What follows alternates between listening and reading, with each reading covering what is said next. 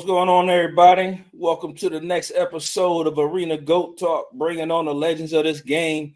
Let them tell their story and give y'all some advice along the way. So, on this episode, we got Mr. Three-Peat himself. Omarr Smith, what's going on with you? EJ, my guy, man. What's up, man? How you doing, brother? Man, I'm doing all right. Just trying to be like you.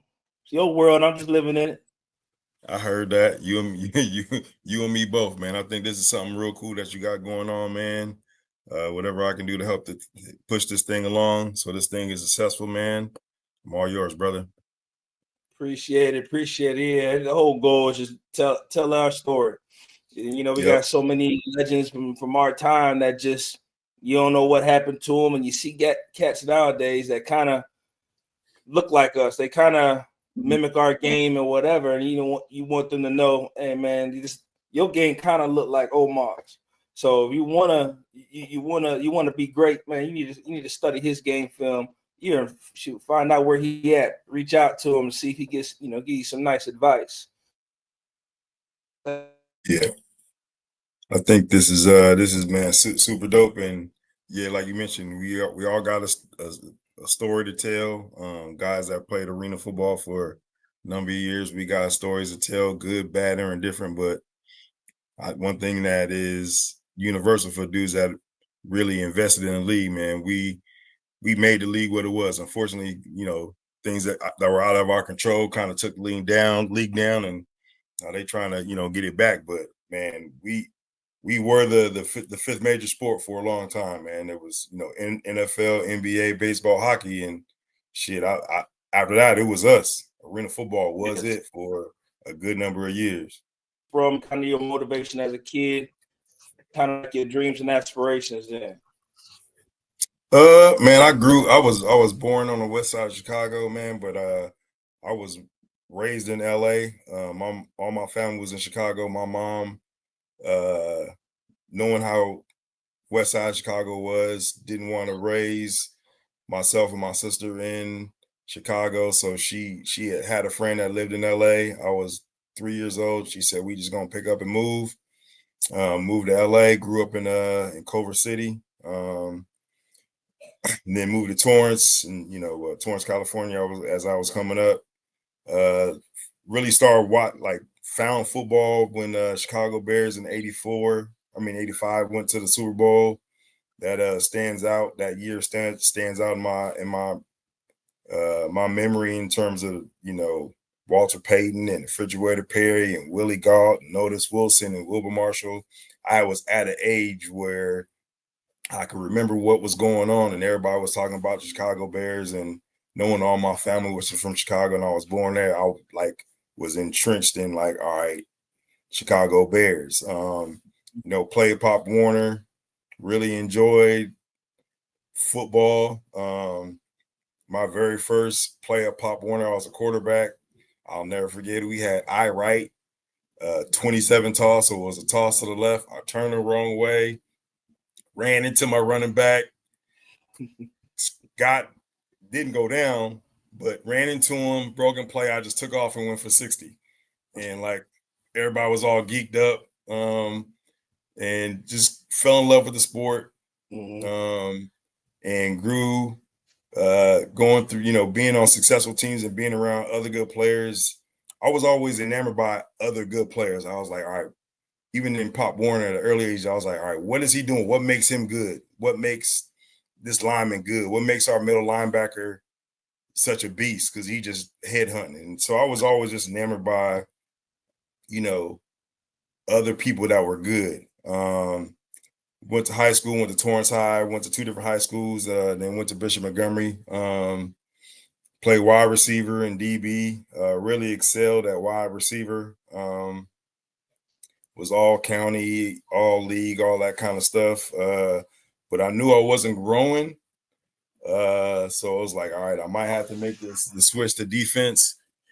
Interestingly enough, when I was in high school, going into my, I don't know if it was my junior or my senior, but University of Idaho was recruiting me, and they came down. They were like, all right, we're going to do a home visit.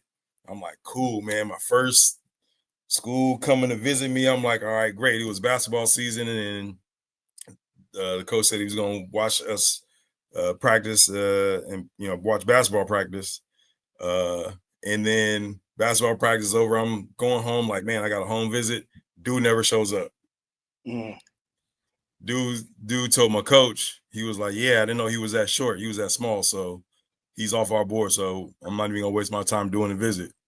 I was like, yo, this is crazy. I was crushed. I'm like, man, I think I'm about to get recruited. They're already telling me you too small. Yeah. So that was like, all right, the first chip on my shoulder. I'm like, all right, so I'm getting to a situation. I'm like, all right, people think you ain't a good football player, or we ain't gonna recruit you because you too small or this or that. So that was just the beginning of kind of what my football career would be in terms of being an overachiever and overcoming adversity and proving people wrong. That was just the first little thing. I took one recruiting trip coming out of high school to University of Mexico. Me and my buddy, the other receiver who was my best friend, he was about a 6'2", 6'3" receiver. We both played DB. We was like the best players on the team.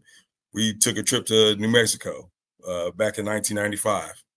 I remember my host was Winslow Oliver. Had a good time. I'm thinking, hey, man, I just want to get an offer. My whole thought process, I just want to get an offer. I just want to play D1 ball, just like every other kid. Went on the trip. All right. Usually when you go on a trip, you kind of meet with the coach by himself, whatever. My boy come out, was like, yeah, I got an offer in New Mexico. Woo, woo. Then I go, I'm like, it was like, yeah, we're not going to offer you. We thought you would be a little bit bigger, da. So I'm like, all right, here we go again. Nothing else after that. Nothing. I mean, you get letters and stuff like that, but in terms of really being recruited, that was pretty much it.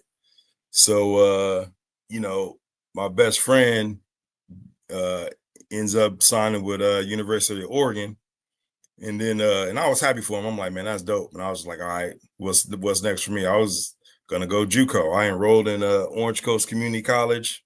I'm like, all right, no D1s want to give me a shot, so I'm going to go to junior college. And then probably about late June, going into I graduated high school, going into the fall season. I'm like already enrolled in Orange Coast College and worked out with the team a little bit. I get a call from Coach Mike Church. He was a D coordinator at San Jose State. Reached out to me, was like, hey, we just got your tape. We think you can play. We want you to walk on. I didn't know nothing about San Jose State. I knew they were in the Big West. They were Division I, and it was in California. I'm like, San Jose State, or walk on to San Jose State, or go JUCO. So I was like, man, I want to play D1 ball, so I'll go walk on. Talked to my parents. They was like, look, that's cool. You can go walk on, but we don't know how long we're going to be able to fund that situation, paying for you to go to school. So I was like, all right, 18 years old, still wet behind my ears, Similac on my breath. I'm just like, man, I'm going to San Jose State. Sight unseen, no trip, nothing. I'm like, all right, when y'all start camp, we start camp next month. Got in, enrolled, boom, all right, let's go. Crazy stories. Like, all right, I get there. We, the freshmen and the new guys kind of start camp before the rest of the team comes. So it's like 3 days of all the like new guys and freshmen. I'm thinking, I'm like, it's D1. I'm thinking like, oh, I don't know if I can do this. Still unsure of myself. You know what I mean? In that sense, because didn't get offered to Idaho, New Mexico shunned me. I'm like, man, am I D1 caliber? I don't know. So I'm like, all right, I'm gonna just roll the dice. But at this point, man, I was just like, man, I just love ball, and I wanted to make sure I showcase what I had in me, even though I'm small. So them first 3 days, I was just like, I gotta do something to make a name for myself, to get myself on the radar. So I just had this thing. I'm always gonna be 30 minutes early, and I'm gonna stay after no matter what. When everybody leave, I'm gonna be out there doing something so coaches see it. Yeah. So went through camp, did well. Actually got to play the first game versus Stanford. which was great. I was on special teams and then on dime, so I actually got to play in the first game, which was great as a walk-on. Week 2, we play at SC versus Keyshawn Johnson, and it's funny how things happen, but for whatever reason, I guess our the 2 starters, both from LA, they missed curfew. So our DB coach, Coach Richard Rogers, told the head coach, like, hey, we got to hold these dudes accountable. And the head coach was like, well, what you want to do? He was like, man, I'm gonna start the rookie. I'm gonna start the walk on. I'm gonna start O. Smith and Jared Robinson, who was a JUCO transfer that just got there. He's like, I'm gonna start the young boy, my 2 young guys. And the head coach was like, if that's what if you feel like they're ready, go ahead. So my second game, I'm starting at home in the Coliseum versus Keyshawn Johnson. And I didn't know no better. Crazy enough, my grandpa's funeral was the same morning of the SC game. My grandpa died during fall camp, and the funeral happened to fall on the same Saturday that we played SC, and I'm out there starting as a true freshman. So it was a crazy experience, but it was something that after making it through that experience, just going through the emotional highs and lows, like driving from the team hotel downtown LA, driving past the LA Coliseum down south to Torrance to go to a funeral. And I'm like, wow, I'm about to go play in that stadium against SC, a team I grew up loving, against the who would turn out to be the number 1 overall pick. It was a surreal experience, but going through that and, played well. He didn't score. He was out there talking shit. And it was crazy because I got to see what a big time program looked like. And we were out there warming up, and I'll never forget it. I hear 50,000 people just start screaming. This fool Keyshawn come out with his helmet out, just like, I'm that dude, because obviously he was that dude. I'm just like, all right, this is big time. So that was kind of like that moment. It was like, all right, if you really want to be, if you think you can be at this level, you got to show it in this game. For whatever reason, God created this opportunity for you to go do something. And when everybody was like, oh, you too short, you too small, you went to a private school, you ain't that. That was my opportunity to show what I can do. And, in the game of football, when you overcome things or play at a high level in situations you kind of may have self-doubted yourself, that's when your confidence grows.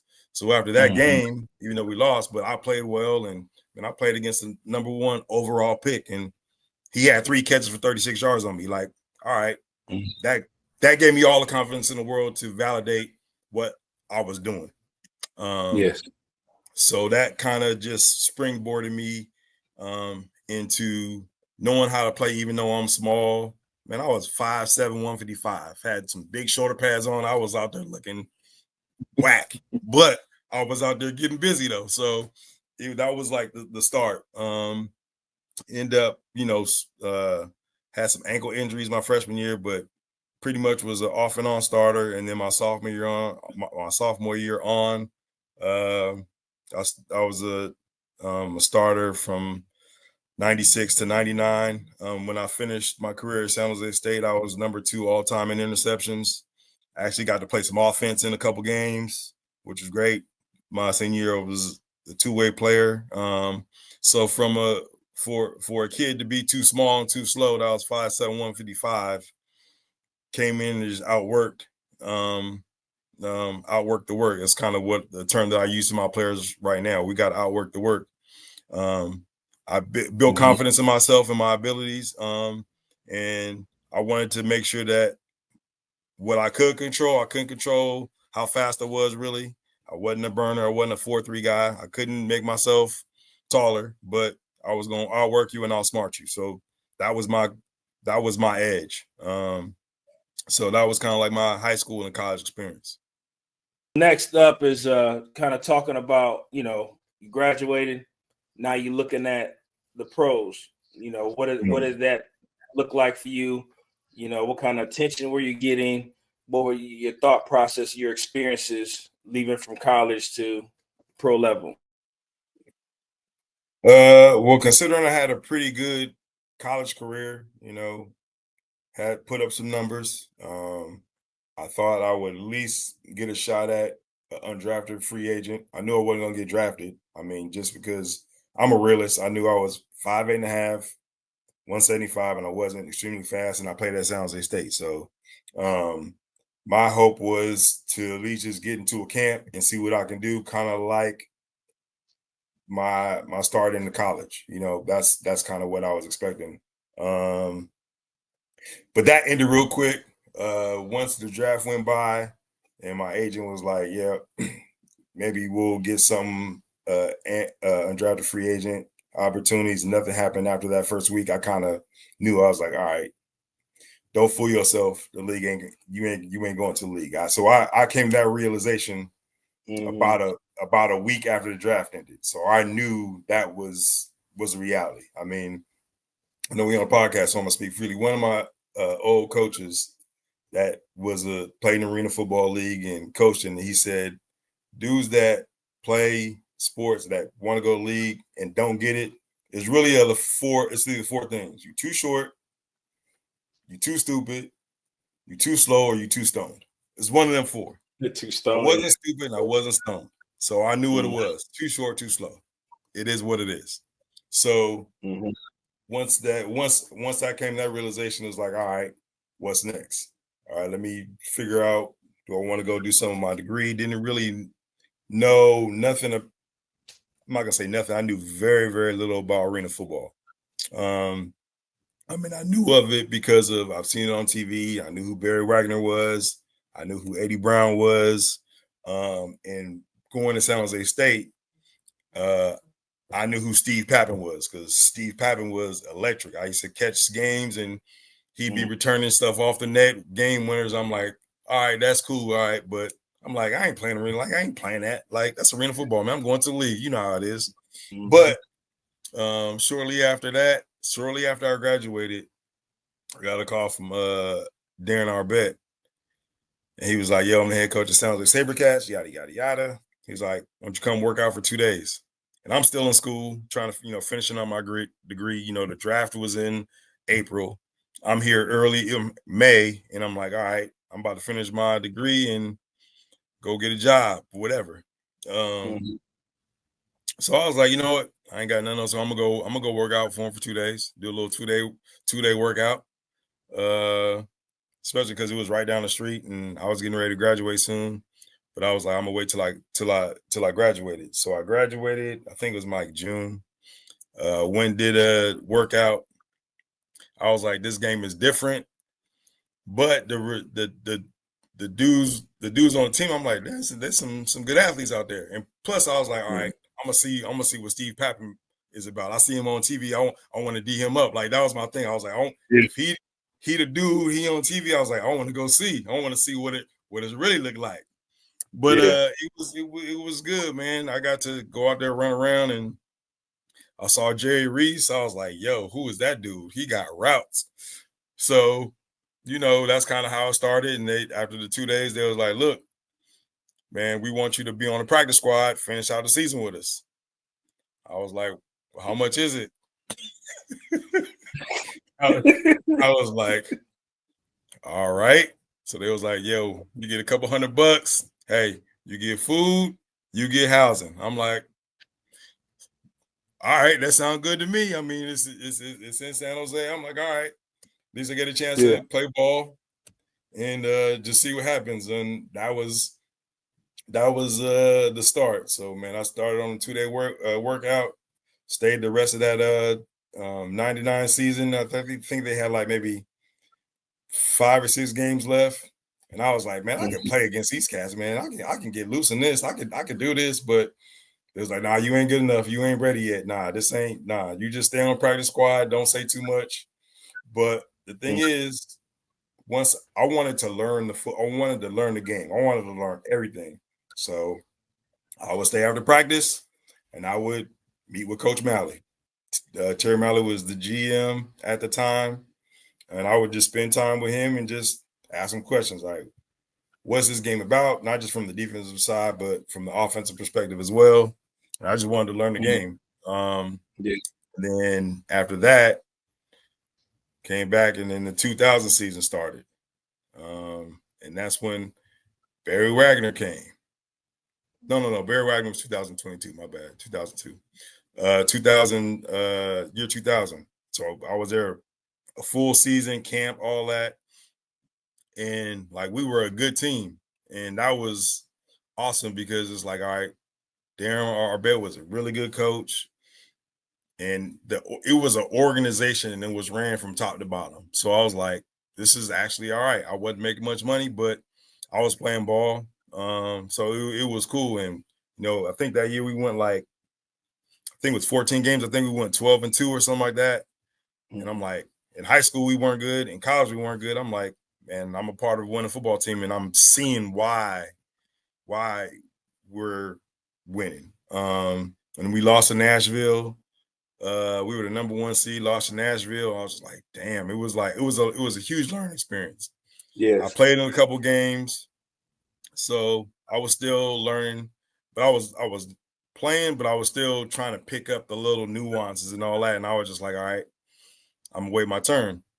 Then 2001 came. No, you know what? In 2000, Barry was there. So I basically played behind Barry. So Barry would start the quarter. I would come in for 1 series and I'd be out. So I'd get like 4 series a game. Didn't kind of understand the substitution rules, but fully. But I knew what my role was, and I was like, I'm gonna just go out and play hard while I was out there. 2001, we went to the semifinals again. Went down Nashville, lost. Actually played a little bit more. And Tracy Perkins was our middle guy, and towards the end of the season, he had got hurt. He was banged up. So going into the playoffs, the last game of the season, I got to play in the middle. So I was like, all right, here's my shot. Got to play in the middle versus Arizona to finish the season. We played Oklahoma Wranglers the first playoff game. Did well. I'm like, all right, I'm kind of getting a feel for this. I'm playing in the middle. I'm getting the action. I'm like, all right, I'm good. This is gonna be it. We lost in the semifinals to Nashville. Was going against Tyrone Jones. He was some good bump, really, really good, crafty receiver. But we ended up losing that game. Andy Kelly was a quarterback. Pat Perduto was a coach. Corey Fleming. So they beat us in 2000, 2001. And then that's when kind of everything changed. That 2002 season, how we structured how the GM and John Fry, and Darren, how they structured everything changed. They brought in new dudes. They brought in James Rowe. No, James Rowe was already. They brought in Cleveland Thomas. That was the biggest change for us in 2002. But how we went about stuff was different going in that year. And I thought, since I ended the season in the middle, I'm the DS. Going into 2002, I'm like, all right, this is my job to lose. I'm on. Like, this is my shot. I'm about to make this my team. I'm about to make this my defense. I'm about to make this my home. And then this kid out of Florida State came in, and we were in training camp, and I'll never forget it. Cleveland told the coach, was like, man, well, I got a backpedal. Can I just go up there and just put my hands on him? We in practice, and the head coach, Coach Church was like, yeah, go ahead if you can. Nobody's ever done it, but go ahead. Yeah. And he went up there and started pressing the motion. And I'm like, all right, whatever, boo-boo. Week 1. So they started Cleveland in the middle, and I'm hot. Week 1, I'm like, oh, I'm playing field corner again. I'm like, bro, come on, man. I'm like, I'm over there hot.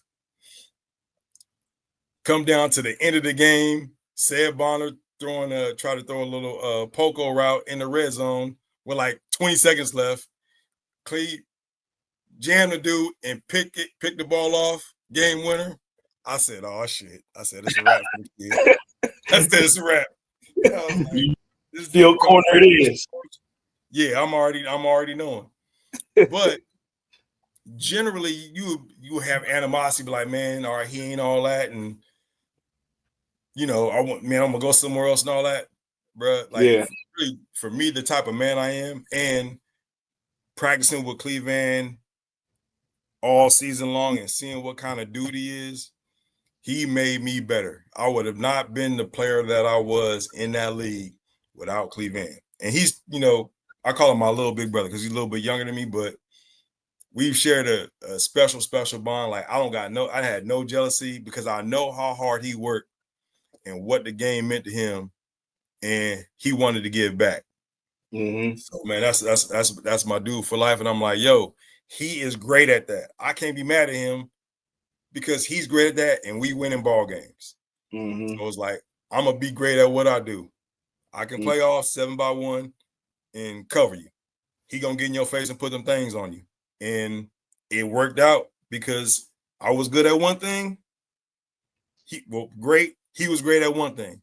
And we developed a kind of a system over the next couple of years that really helped us win a lot of games for San Jose. And I mean, it starts with Cleveland, but we had a great pass rush, we had a great offense, we had great coaching, but we had a lot of selfless dudes, that would put the team first or put others first. And I'll also say this one thing that I've learned from Cleveland is just leadership, how to lead from the front.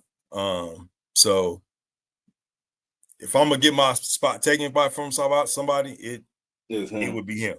And I give him all the credit in the world for just being the type of dude he is. And if you spend any time with Cleveland, you know that he's a genuine dude. But that was kind of how the start of my career was. And then after that 2002 season, that's when free agency actually hit arena football. So previously, you sign your name on a contract, you stuck until you and you stuck. If you ain't playing for them, you couldn't play. Mm-hmm. So that after that 2022 year, free agency hit, and I was like, you know what? Let me go ahead and see what's out there. We just won a championship. I'm like, all right, people actually gonna call and be like, hey, we want you. So I'm like, this is the first time ever, really, somebody's like, we want your services. So I was like, let me go ahead and try to maximize this.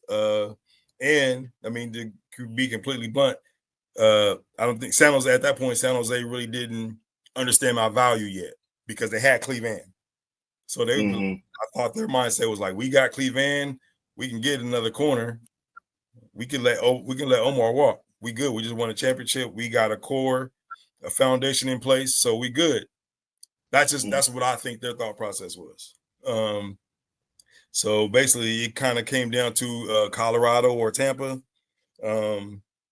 Colorado was paying me a little bit more money, but I don't know. When I was making that decision, I was like, something just told me it's like all money ain't good money. Like, because Colorado was their first year. There was going to be an expansion team, and I'm like, you know what?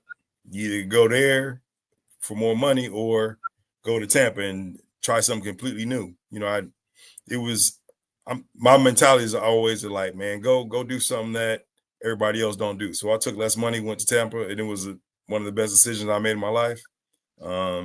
Knew nothing about Coach Markham, but he was a great coach. So I was like, all right, if I'm playing for our bet and I'm learning everything here, man, I'm gonna go learn as much as I can from Markham.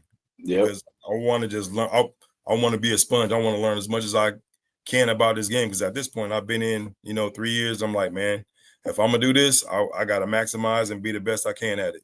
So went down to Tampa, signed a 1-year deal, and saw a whole different way of arena football. And down there, it was more about, hey, man, this is all we run. If we got dudes, we gonna win. Pass rush, pass rush, pass rush. And I'm that was our or in Orlando, that was how we kind of ran it. We was kind of like, imitating Markham. You know what I mean? That's cool. So when we each other that year, it's two identical teams built the same way, kind of playing each other. Absolutely. Version of when Baltimore and Pittsburgh was like at their height, maybe it'd be like a fight. So I remember that was my rookie year. Like, Yeah, man, I-4 games, them joints was physical. Like you knew it was gonna be a battle. Like it's gonna come down to the end. It's gonna be physical. Dude's gonna be talking crap, doing shit extra. It's gonna be yep. you keep your head on the swivel. You might you might catch one. So it was great. It was great to just be in that environment, being down in Florida, being a California kid, like seeing a different way of life, seeing a different brand of ball.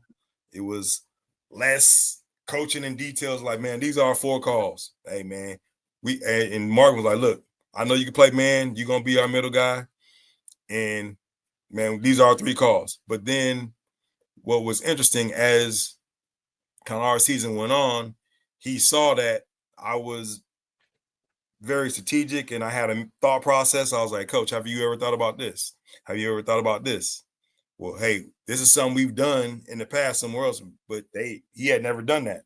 So as our season went forward, he kind of gained a lot more respect for me. And then he would allow me to be like, hey man, you can go ahead and call that. Or hey, you got this idea, go ahead, install it to the defense and let's see if it works. So he kind of gained I gained his trust for him to kind of let me do some things he hadn't done before. But plus we had them dudes up front that can just flat out get after the passer. We had Al Lucas at the nose, so he was gonna crush the pocket up front, and we had BJ, dudes on the outside, and we had BJ, Basil Proctor and now Ryan at the Mac. So I'm like, all right. And then I had Corey Sawyer with me on the front side. It was his first year playing arena football. So me and Corey grew together talking through stuff because that was his first year playing arena football. And me and Seesaw got along well, man. Our personalities meshed. We got along good. And I learned a lot from him about just playing, being able to play man to man, but looking at the quarterback, I'm like, yo, that's a thing. I'm like, all right. So I learned a lot from him, and man, we was able to go on a nice little run. And as I mentioned before, now the Arena Bowl versus Arizona, PO came in and was able to put us over top, and we was able to win that championship. how did it? I guess talk about that feeling of winning them championships and winning some consecutive championships. How kind of explain that feeling. In 2002, like that first one we won in San Jose, that was great. I just felt like, all right, I'm just a small piece of it because we had Grieve and Rowe and Barry Wagner. Like we just had a dominant team. I mean, we only lost like I don't know maybe 2 or 3 games, and we won Arena Bowl. We was up 52-0 in the third quarter. So like it was just dominant, and that's kind of what San Jose was trying to build all those years. When I went to Tampa in 03 and we won it, I had a much bigger role, and I was like, all right, that was kind of like that next step for me. Is like, all right, you can dominate this league, or you can play at a high level in this league. I'm not gonna say dominate. You can play at a high level in this league. You can be the middle guy, the DS, taking on the best receivers. Like you can do that. Now that happened after that, that 2003 championship with Tampa. Like my confidence just went sky high, and being able to play for Markham, and basically he kind of giving me that stamp like, yeah, hey, this dude he for real. Even though he little and he didn't play in the league, because a lot of the DBs that Markham would get was all dudes that played in the league. The Johnny Harrises and stuff like that, Dwayne Rockamore. So he had like extreme vets are all big. I was really one of the smaller DBs that he kind of relied on. So winning that championship with 03 was great for my confidence. And not only that, I think it showed the rest of the league that, all right, who's this dude that was kind of a role player in San Jose? Now he's the DS in Tampa, and he won back to back. So that kind of gave me some name recognition across the league, which was cool. But just losing in high school and losing in college, I was just glad to win, man. I was just like, man, I'm a winner, and I got 2 rings to show for it, to show my mom and my family and all that. Like I'm accomplishing something, and the fact that it was in that era where we were on NBC and we were on ESPN, like Arena Football League was a big deal then. So at that point in time, it was kind of like validation. Yes. And fortunately, after that, I only signed a 1-year deal with them with Tampa. So after that championship, San Jose was like, "Oh, we let something go that we shouldn't have." So then it was like, "All right, now y'all see my value."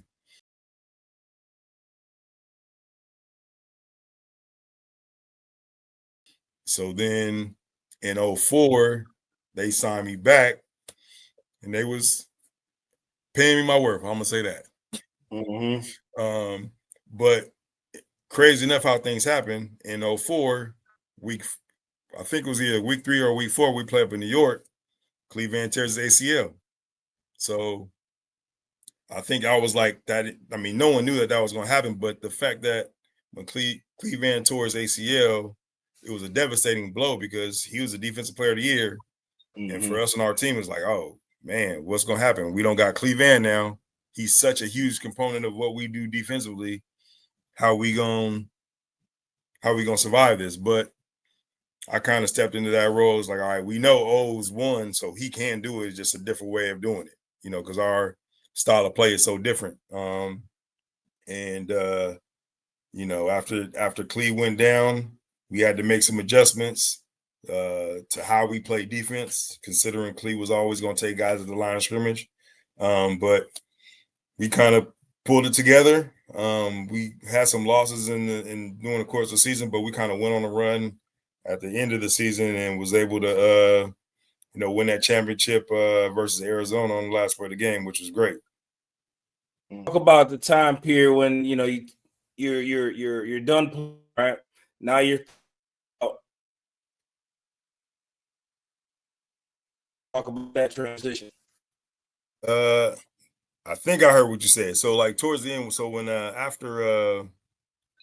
when I was still playing, like towards the end, I was coaching some Division III ball down at Whittier College in LA while I was still playing in San Jose. Didn't know what I wanted to do. And then when the league shut down in '09, that was devastating. Nobody, I mean, I know I didn't expect that to happen, but it was a devastating blow. And it's like, all right, you've been playing ball for all these years, and all of a sudden, it's like it's taken away. It's like getting hurt. Game's gone. The game has been taken away from you. So it's like, how do you respond? Trying to figure out what the hell you're gonna do with your life. It was some difficult moments, but I persevered through that. Was doing some different things. I went back and got my master's degree. I went to go coach in Arena 2 in '09 while I was still working on master's, trying to figure out, all right, what's going to be next. I kept going back to coaching. Coached at a JUCO. Didn't know if that's what I really wanted to do. Was working for a private investigation company and doing some executive protection work in Arizona. Was still trying to figure out what I really want to do, but I kept kind of going back to coaching. 2010, AFL came back. I was living in Arizona, working. The Rattlers were there, so I was like, all right, let me coach arena football, something that I do know while I was still working. And after that 2010 season came, and we made it to the Arena Bowl and lost on the last play of the game to Jacksonville. That was kind of a turning point. That was kind of when I knew I was like, man, I'm going coach. That was a devastating loss. Kind of went into like a slight depression. Losing the championship game on NFL Network, and the defense was on the field, and I was a D coordinator. That hit me deep. So it was like, all right, I'm going to dedicate my life. I'm going to dedicate the foreseeable future to coaching and giving back to these young men. Was going through some things off the field, so it was kind of like two roads kind of coming together at the same time. I'm like, all right, I'm gonna dive into this coaching thing, and I was like, all right, I know a lot about arena football. I want to teach it, coach it, and I still want to get my competitive juices off by the battle. And I was like, all right, I want to learn how to become a head coach and run my own program. So after that 2011 season, that's what kind of my goal.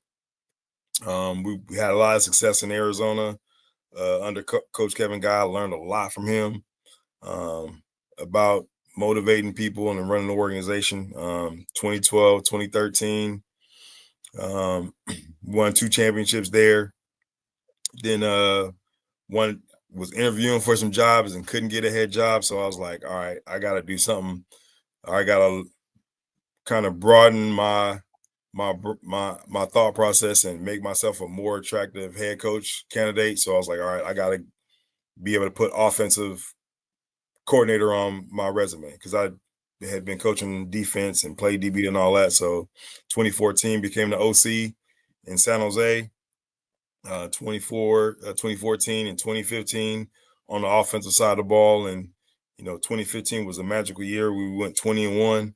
That was a great year in terms of my development and coaching. And then after that, 2016, the LA Kiss, Bob McMillan had left and they were looking for a head coach, and they gave me a shot, and that was kind of what I've been looking for.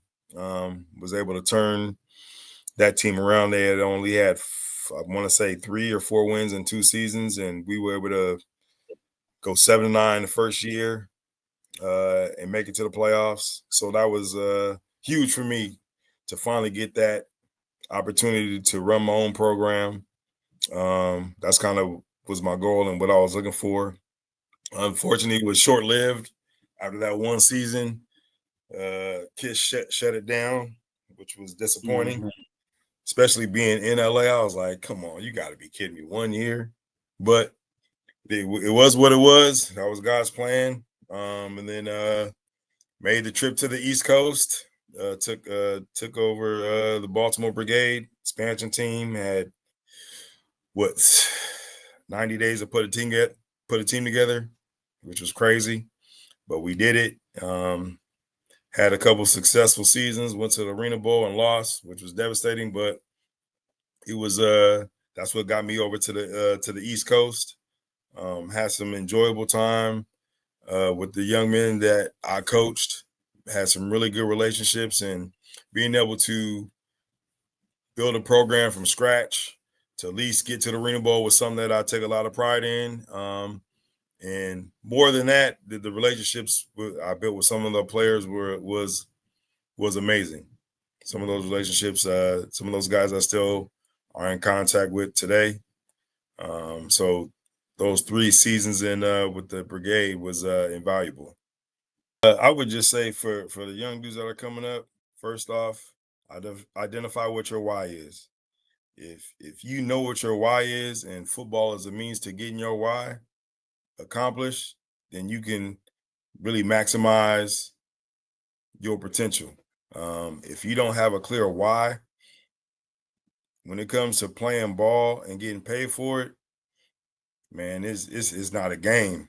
Like coaches, GMs, owners, man, they feed their families off how you approach the game, and can you make plays, and can you do what they're asking you to do. And it's kind of the same thing I talk to the guys that I coach. I coach up at Morgan State right now. It's an FCS program out in Baltimore, Maryland. And if you don't have a why, we got issues, because once you get in now, this day and age of college is just like it's professional football in college. That's what it is. People are getting paid to play. And if you don't have a why, it's easy. There's too many distractions out there to not be all in on your sport. And what teams will do, they'll just say, all right, move on, go get somebody else.